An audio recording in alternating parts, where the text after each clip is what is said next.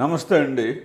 Last వీడియోలో మీరు ఈ పళ్ళని పైకి కిందకి బ్రష్ చేయడం చూశారు.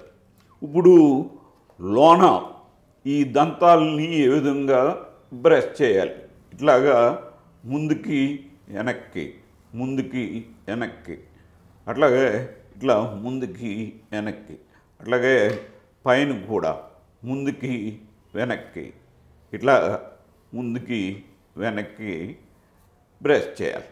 అప్పుడు ఈ గుంతల్లో ఉన్న ఆహార పదార్థం అంతా క్లీన్ అయిపోతుంది అన్నమాట. ఇప్పుడు అది ఈ విషయాన్ని మీకు తెలియజేస్తారు.